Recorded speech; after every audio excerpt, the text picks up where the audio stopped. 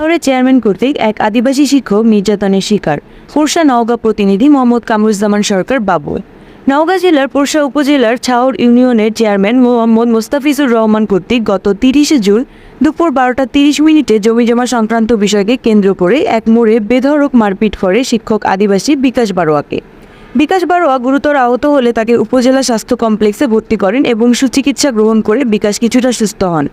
তারই ধারাবাহিকতায় আজকে উপজেলা নির্বাহী কর্মকর্তা মোহাম্মদ আরিফ আদনানের নিকট নির্যাতনকারীর বিচার চেয়ে হাজারখানেক আদিবাসী সংগঠন সমবেত হয়ে ন্যায্য বিচার দাবি করে একটা স্মারকলিপি প্রদান করেন। এই সময় উপস্থিত ছিলেন পোরশা থানা অফিসার ইনচার্জ মোহাম্মদ আতিয়ার রহমান এবং তার সঙ্গে থাকা ফোর্সবৃন্দ। বিষয়টি মাননীয় খাদ্যমন্ত্রী মহোদয়ের দিক নির্দেশনা মোতাবেক সুষ্ঠু বিচার করে দিবেন সম্মানিত উপজেলা নির্বাহী কর্মকর্তা জনাব মোহাম্মদ আরিফ আদনান। তিনি আরও বলেন, আদিবাসীরা অত্যন্ত শান্তিকামী মানুষ, এরকম অসদাচরণ করা কখনই ঠিক হয়নি। দুপক্ষের কথা শুনে সঠিক সমাধান করা হবে, এই আশ্বাস পেয়ে আদিবাসী সংগঠনগুলো স্থান ত্যাগ করেন।